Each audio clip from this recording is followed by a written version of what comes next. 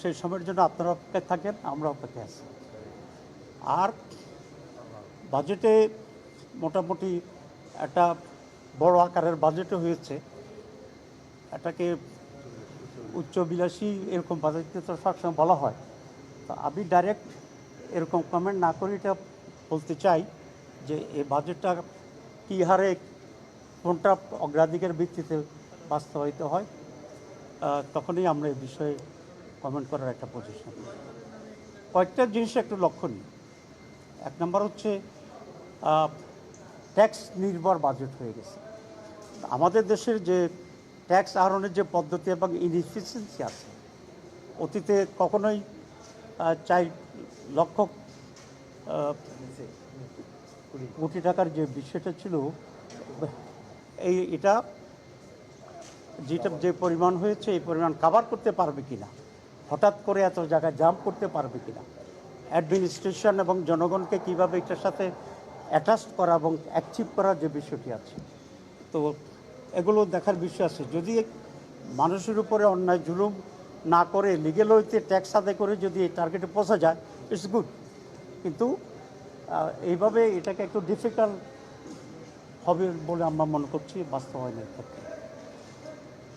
2 নম্বর যেটা, সেটা হচ্ছে এখানে একটা মৌলিক বিষয় আমাদের বাজেটে মিস হয়ে গেছে। সেটা হচ্ছে এই বাজেট যেটা দেওয়া হয়েছে, এখানে দুর্নীতি না হওয়ার বিষয়টি কিন্তু খুব ইম্পর্ট্যান্ট, এবং কারাপশান রোধ করাটা এখানে খুব বেশি ইম্পর্ট্যান্ট।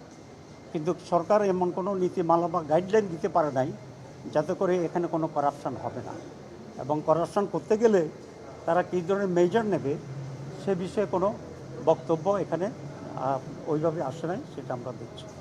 কিছু নিউ ডাইমেনশনকে এখানে নিয়ে আসা হয়েছে, যেসব ব্যাপারে বাংলাদেশের কোনো অভিজ্ঞতা পূর্বে ছিল না। সুতরাং এগুলোর ইমপ্লিমেন্টেশনের ক্রাইটেরিয়া কী হয় সেই বিষয়টিও দেখার আছে আমরা মনে করি। তো সবটা মিলিয়ে আমরা মনে করি যে কারাপশান রোধ করার একটা বিষয় ফাইনালি এখানে ইনক্লুড থাকা উচিত, যাতে করে যতটুকুই বাজেট আমরা আহরণ করতে পারি ততটুকুই যেন মাঠে গিয়ে এটা কার্যকর হয় এবং সেই প্রজেক্ট বাস্তবায়ন এটা কাজে লাগে।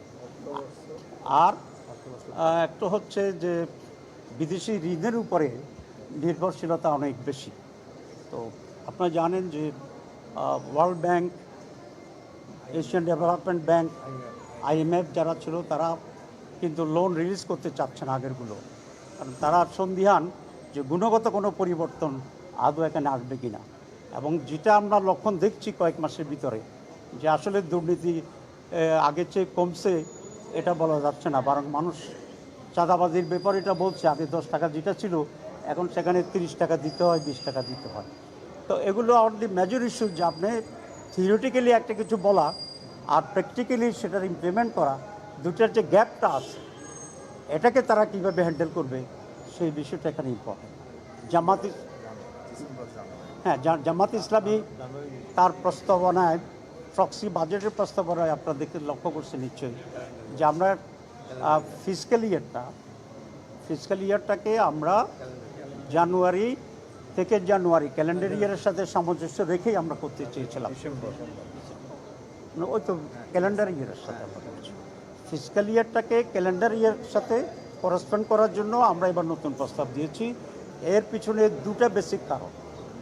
1 নম্বর কারণ হচ্ছে যে জুন টু জুলাই করলে আমাদের দেশে এখনও এখানে 2-3 মাস বর্ষাকাল থাকে, আর লাস্টে যখন টাকা খরচ করতে পারে না শেষে এসে কতগুলো এমপ্লিমেন্ট জবরদস্তি করতে গিয়ে দেখা গেল যে আলটিমেটলি খুব কম টাকায় ডেভেলপমেন্টে খরচ হয়, বাকিটা বৃষ্টিতে ভিজে যায়, আমাদের অপচয় হয় বা দুর্নীতির ভিতরে এটা চলে যায়।